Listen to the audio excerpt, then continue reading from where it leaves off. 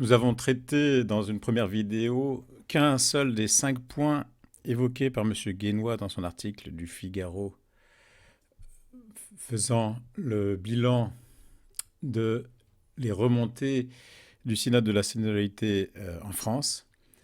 Nous allons maintenant poursuivre les points non traités.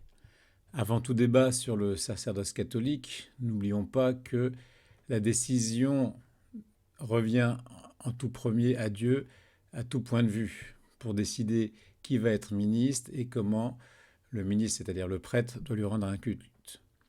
Ce n'est pas vous qui m'avez choisi, mais c'est moi qui vous ai choisi et vous ai établi, dit le Christ à ses 12 apôtres.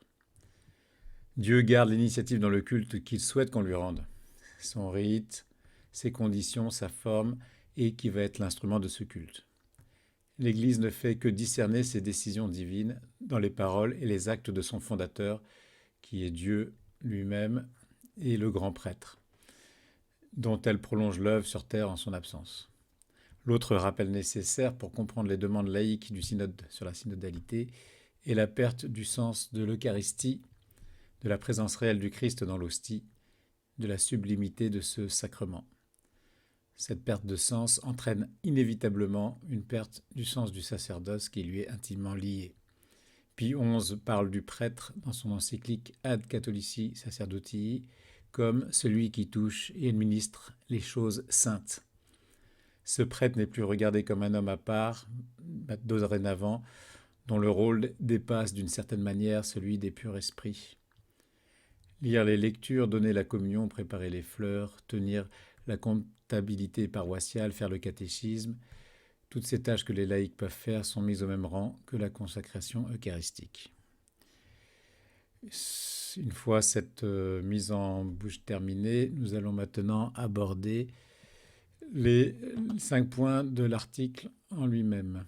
Si l'on reprend les 5 points résumés dans l'article du Figaro du 16 juin de M. Guénois, nous ne parlerons pas du numéro 4 qui a été le seul traité dans la première vidéo, c'est-à-dire la décision finale dans le gouvernement de l'Église qui ne doit plus être laissée au seul évêque ou au seul prêtre dont on critique l'autoritarisme. Le point 3, soit la possibilité pour les femmes de prêcher à la messe, ne requiert pas une analyse approfondie, car il est inclus dans le point 2 qui est l'ordination diaconale et puis presbytérale des femmes, puisqu'il fait partie intégrante de la mission du prêtre. Le prêtre catholique est encore ministre du Christ et dispensateur des mystères divins, par la parole, par ce ministère du Verbe, qui est un droit inaliénable et à la fois un devoir imprescriptible qui lui est imposé par Jésus-Christ lui-même. Allez enseigner toutes les nations, leur enseignant à garder tout ce que je vous ai ordonné. Nous rappelle l'encyclique de Pie XI. Solutionner le point 2 réglera la difficulté du point 3, car l'empêchement de l'un implique l'empêchement de l'autre. Si les femmes sont empêchées d'être prêtres, elles ne peuvent pas non plus prêcher en chair. Le point 2 donne également la solution du point 5.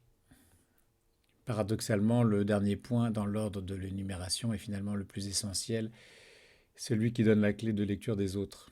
C'est bien parce que les fidèles catholiques ont perdu le sens de l'Eucharistie qu'ils ne savent plus ce qu'est le sacerdoce catholique qui le rend possible et existant.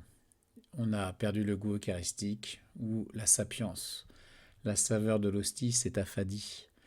Le mot latin sapiens signifie en effet à la fois la sagesse et le goût.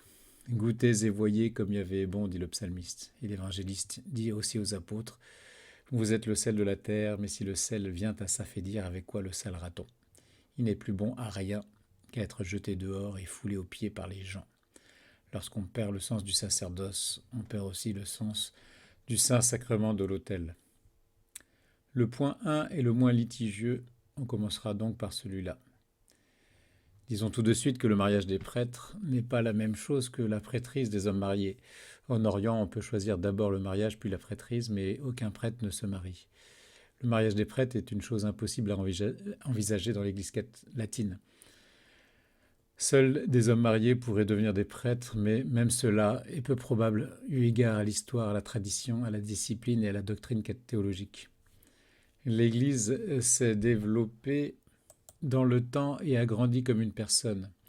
Et, à l'image d'une personne, elle a changé de façon irréversible, à la fois physiquement et mentalement, et psychiquement. L'accession des hommes mariés à la prêtrise serait une régression, comme si un adulte décidait de marcher à nouveau à quatre pattes. Ce n'est pas impossible en soi, mais ce n'est pas raisonnable ni pratique. Ce serait perçu comme une folie. L'Église a compris très tôt, dès le temps apostolique en fait, si l'on lit attentivement les textes sacrés, que Dieu appelait les nouveaux Lévites non plus à la continence temporelle comme du temps de l'ancienne alliance et des sacrifices d'animaux dans le temple de Jérusalem, mais à la continence continuelle et par voie de conséquence au célibat ecclésiastique. Nous l'avons déjà dit dans une précédente vidéo, contrairement à ce que pense le père Guy Pagès, ni la continence ni le célibat, car il distingue les deux dans son analyse, ne sont essentiels au sacrement de l'ordre, autrement dit à la précise. Nous avons essayé de démontrer que non seulement cela s'oppose à l'enseignement des papes Pie XI, Saint Paul VI et Saint Jean-Paul II, mais plus grave encore à celui du docteur commun de l'Église, Saint Thomas d'Aquin. La continence ne fait pas partie de l'essence du sacrement de l'ordre, elle est une convenance, pour reprendre les termes de Pie XI et de Jean-Paul II. Le père Pagès pense que de ne pas parler que de continence, mais de célibat. Le père Pagès pense que de ne parler que de continence, mais pas de célibat, règle la question et justifie la possibilité d'hommes mariés, prêtres en Orient. En Occident, la continence a entraîné de facto le célibat, comme le montre la trace la plus ancienne d'une loi positive au concile d'Elvire en 305.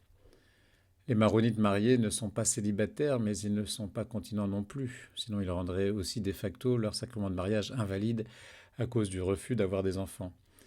La continence ou le célibat, l'un incluant l'autre, relève donc plutôt d'une loi ecclésiastique qui s'est mise en place progressivement, mais déjà en germe dès le début.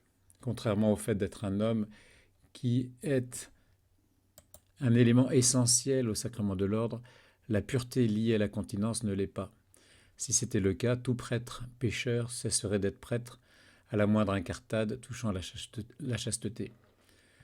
Heureusement, le sacrement de l'Eucharistie ne dépend pas de la sainteté du prêtre et qu'il opère selon le jargon scolastique ex opere operato, de par l'action opérée, c'est-à-dire par la propre vertu de ce qui est fait dans ce sacrement, et non à cause des mérites ou des dispositions du ministre. Cela dit, la pureté demeure un élément important du ministère presbytéral et surtout en vue de la consécration eucharistique. Pour l'Église latine, la renonciation au célibat aurait des conséquences pratiques néfastes. Le prêtre ne serait plus totalement libre de s'occuper de ses ouailles, alors qu'il se doit d'être tout entier aux affaires de Dieu, et donc détaché des choses terrestres. Le prêtre est comme l'hostie, il est un homme mangé par les nombreuses tâches qui incombent à sa mission de médecin des âmes. Il est le médiateur entre Dieu et le genre humain, et cela explique l'honneur et la dignité incroyable du sacerdoce chrétien. Puisque le prêtre remplit un office qui dépasse d'une certaine manière celui des purs esprits qui se tiennent devant le Seigneur, n'est-il pas juste qu'il soit obligé de vivre autant qu'il est possible comme un pur esprit ? C'est pour cette raison également que l'Église romaine voit un lien très fort entre la pureté du corps et le sacerdoce. Or, depuis la chute originelle, l'union sexuelle est blessée et souvent entachée par la concupiscence, par les désirs déréglés et égoïstes de la chair. Même si le sacrement du mariage peut et doit guérir cette blessure, il reste bien souvent des traces de souillure et des péchés au moins véniels. La pureté n'est pas un empêchement rédhibitoire à l'accomplissement de la conversion du pain et du vin en corps et sang du Seigneur, mais cet acte étant le plus saint qu'il puisse se rencontrer dans l'univers créé, il nécessite, au moins par convenance, par respect pour le sacré et la sainteté, la pureté de l'instrument, du médiateur. Comme dans un acte chirurgical, ce qui compte, c'est avant tout le chirurgien qui opère, mais également le type d'outil utilisé. C'est là l'essentiel, que l'outil soit propre est très souhaitable et important, mais pas nécessairement essentiel pour que l'acte chirurgical soit réussi. Venons-en maintenant au deuxième point. Autant on peut trouver des hommes mariés prêtres Dans les églises orientales, autant on ne voit pas de femmes prêtres ni diacres. Les femmes ne seront jamais prêtres dans l'Église catholique car celle-ci pense que cela ressort de l'essence du sacrement de l'ordre. Le Christ n'a choisi que des hommes comme apôtres et même comme diacres pour le service des pauvres et de la table, comme nous le rappelle le livre des Actes au chapitre 6. Déjà dans l'Ancienne Alliance et dans son culte, moins parfait, seuls des hommes, choisis dans la seule tribu de Lévi, pouvaient offrir les sacrifices du temple. Dans la nouvelle, définitive et parfaite alliance, il fallait que le prêtre soit beaucoup plus saint et parfait. Seul Dieu est absolument saint et sans tache. Seul lui pouvait racheter l'homme déchu et le ramener dans la grâce. Il est donc lui-même le grand prêtre qui offre le sacrifice tout en étant en même temps la victime. Pour accomplir cette rédemption, Dieu a pris chair dans une humanité de sexe masculin. En la personne du Christ, le grand et unique prêtre est donc un homme. De plus, lorsque le prêtre accomplit son œuvre sacramentelle, c'est le Christ lui-même qui opère à travers lui, une persona Christi. Le transgenre n'existe pas pour la théologie catholique. Il est raisonnable qu'un homme reste un homme et que le Christ homme soit toujours un homme quand mystérieusement il est présent par un autre homme dans les sacrements. Saint Thomas donne une explication supplémentaire basée sur la vocation propre à l'homme et à la femme, à une époque où l'autorité de saint Paul était suffisante et où la relation homme-femme n'était pas remise en cause. Saint Paul comparait cette relation à celle qui existe entre le Christ et son Église, qu'il appelle son épouse. Le Christ est la tête de l'Église, qui est son corps mystique. Il la dirige pour son plus grand bien à elle, mais aussi à lui, puisqu'en tant que tête, il fait aussi partie du corps. Nous sommes en présence d'une hiérarchie, non pas d'asservissement, d'esclavage, de domination, mais amoureuse et de service. Ce n'est pas une hiérarchie essentielle de dignité de la personne que Paul distingue entre l'homme et la femme, mais une hiérarchie vocationnelle de répartition et de complémentarité des tâches, par appel divin et par grâce, mais également par dialogue et concertation au sein du couple. Dans la Sainte Famille elle-même, personne ne remet en cause la supériorité de Marie en tant que Mère de Dieu, pleine de grâce, Immaculée Conception, Reine des anges, dispensatrice de toutes les grâces, a reçu ces dons à cause de son appel particulier, sa vocation à être la mère terrestre du Sauveur, et pourtant c'est à Saint Joseph qu'il incombe dans les évangiles de prendre les grandes décisions, comme de fuir en Égypte. C'est lui le chef de la Sainte Famille. À une époque où l'on refuse la différence de genre, de sensibilité, d'intuition propre à chaque sexe, mais également de répartition des rôles, pour l'instant la maternité reste majoritairement dévolue aux femmes, mais pour combien de temps encore? L'argument de saint Thomas basé sur la doctrine paulinienne de l'homme, tête du corps, avec l'idée sous-jacente d'une gouvernance de la femme par l'homme, ne peut plus être compris. Certes, saint Thomas aurait pu trouver un autre argument pour soutenir sa thèse, lui qui généralement dans ses sommes et autres écrits propose toujours plusieurs solutions aux problèmes qui se posent. Ce qui importe est le fait que sa thèse affirme le caractère essentiel du sexe masculin dans le sacrement de l'ordre. Contrairement au célibat ecclésiastique et à la continence, il ne comporte aucune exception. M. Guénois d'Ivray, lorsqu'il écrit que les propositions issues des diocèses de France pour le synode sur la synodalité, voulu par le pape, pourraient bouleverser l'ordre établi dans le sacerdoce des prêtres. L'expression ordre établi peut se comprendre dans les deux sens du mot. Le sacrement de l'ordre s'appelle ainsi parce qu'il obéit à un ordre, celui que Dieu a instauré dans son œuvre créatrice. Tout l'univers reflète un rapport hiérarchique entre les choses. La hiérarchie présente partout et surtout dans le sacrement de l'ordre, dont le nom même emporte la signification, est vécu par beaucoup comme un joug et non comme une mission au service de la charité. Jamais l'Église de France n'avait assumé un texte aussi radicalement réformateur, ajoute le journaliste du Figaro. Nous ne sommes pas loin de la réforme, car si l'Église répond favorablement à la liste des demandes énumérées par M. Guénois, elle ne sera plus l'Église catholique, mais une branche de l'Église réformée de France. Une question se pose.